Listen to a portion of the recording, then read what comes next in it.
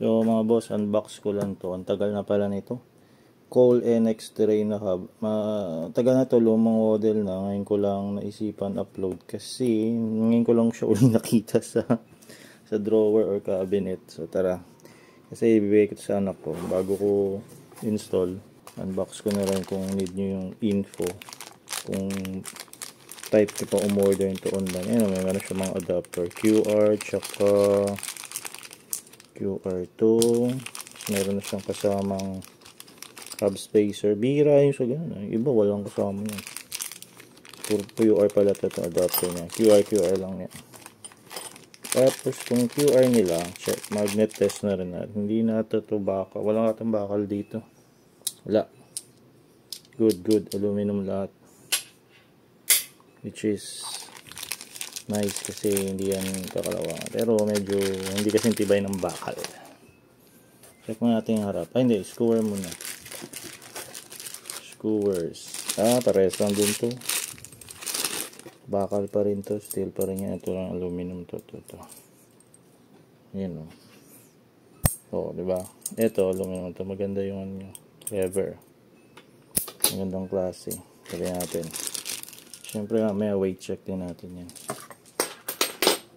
Ang pan dito. Sama ba natin to? Sige, sama natin sa weight check itong skewers nyo. Ito yung sa rear.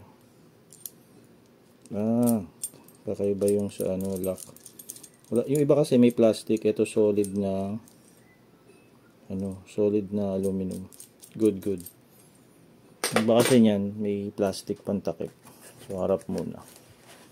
Tingnan natin kung ma-check natin yung bearing nito. Hindi.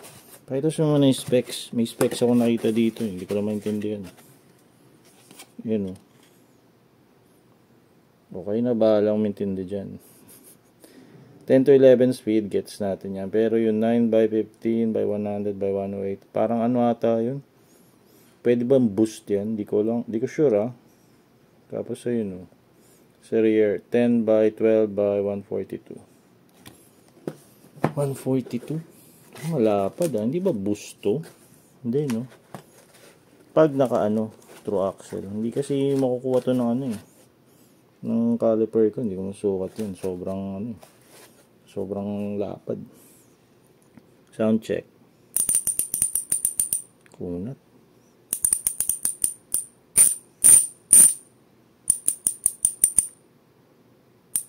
Tapos wala siyang play pag may konting play. Yun. Bago kumagat, may konting play. Parang sa engagement yun. Konting-konti lang yun. Bago tumunog. Pero kagat agad yan. True axle. Mamaya, lat-latin natin yung likod. Tumunang harap. Init. Ang bearing nito. Yun lang. Paano tanggalin to? Dihila lang. Snap on lang pala to. Madali. Parang to 1730 by 7. Check natin. Wala kasing nakasulat Wala akong nakikita nakasulat. Or malabo lang mata ko. Meron ata. Pero sobrang liit yun. Ayun. Pero hindi ko na mabasa. So atin ko na lang. Inner. Patay 18. Ano to? 19? 18.8. Ganun ba? Grabe naman to. Pahirap. 0. 18.8. Para mga 19 yan. Baka 1932 by 7 to. Hirap maghanap nun. Yun nga. Tama ako. 1932. Bali, ang code niyan 6804 pero mabibiktima kayo niyan kasi yung standard ng 6804 is 2032 by 7. So ito, pang bike 19 by 32.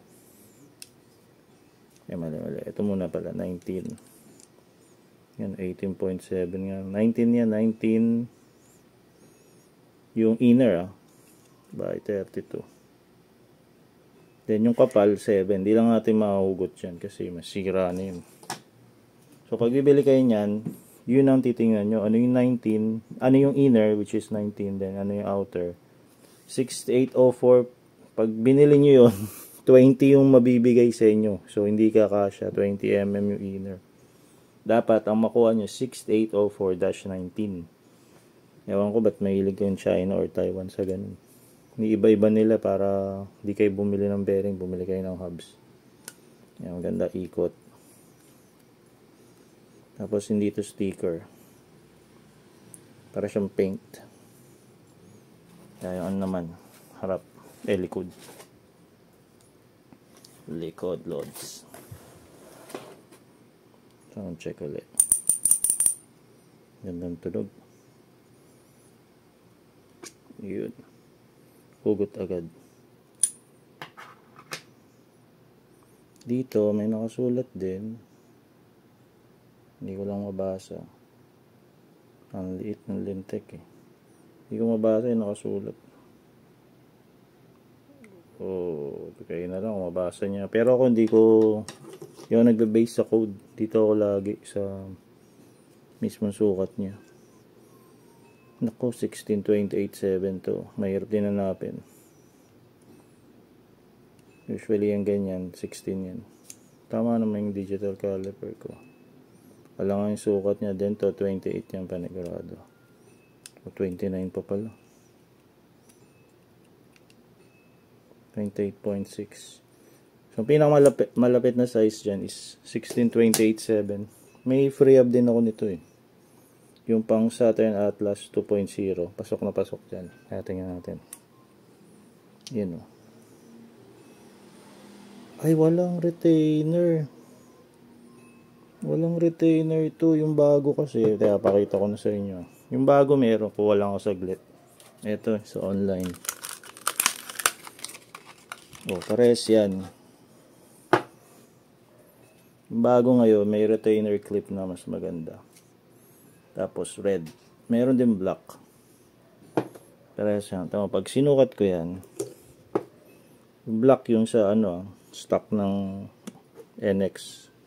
16 to. 15 point something. Glolo ko yung caliper natin. Pero 16 yan. Pasok yan dun. Para malaman natin kung pasok talaga. Di suka, ayan. Saksak natin. Tapos, di ba? Problema. Pasok talaga siya. Pang ano yan? Saturn Atlas to. Marami rin. Iba-iba pa kumakasya dito. May git 5 na ito.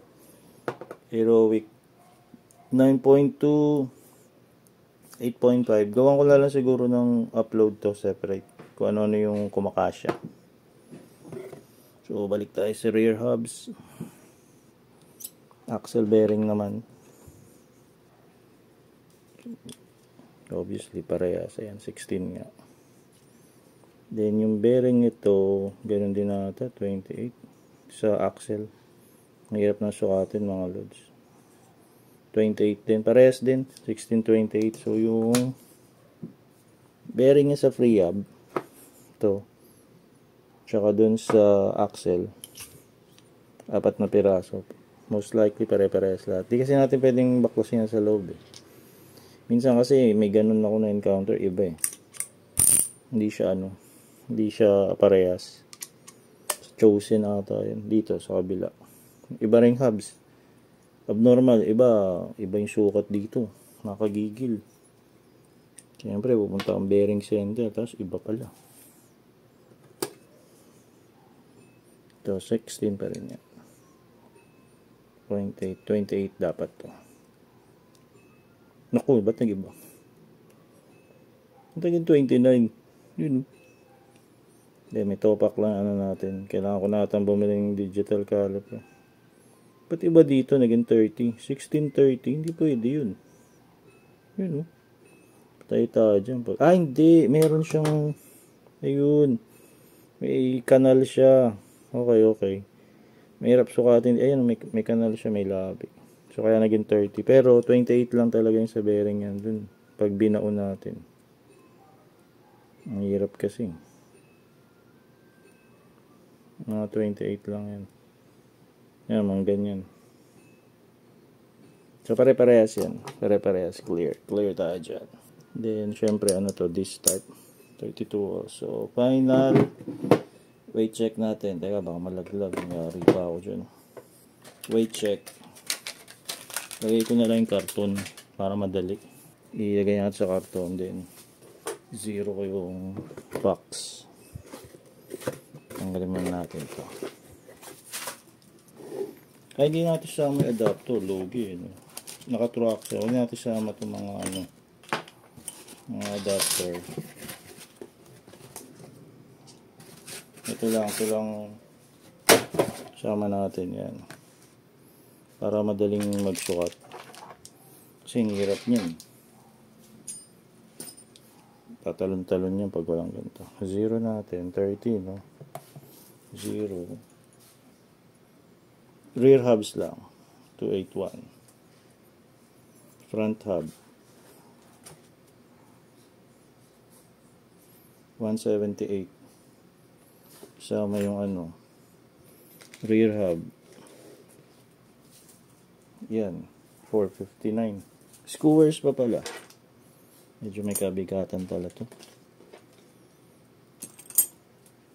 Medyo may kabigat. 556 grams. Pero okay na rin. Convert. Ano naman siya eh. Naka-convert naman siya. So yun lang. Kung babala kayong bumili ng Cole NX Terrain, yung bearing ang papahirap sa inyo dyan. Medyo mahirap maghanap niyan. 16-28-7. Ang madaling hanapin na bearing 15-28-7. Mga ganon. 1526 medyo mahirap din yan. 15-28-7 kasi 6902 yung standard bearing code universal. So yun lang mga boss, kakabit ko na muna to. Then tsaka tayo magsa-sound check. Itong NX Terrain. Old model na to pero maangas pa din to, maganda yung tunog. Tsaka mukha siya matibay. Doon lang tayo nalungkot sa bearing. Hard to find yung bearing niya. Pero yung free hub, meron yan sa online. Mga parehas sila din ang gumawa. Saturn and Cole, parang isang company lang sila. So, ayan. Sige mga boss. Kayo natutulog na.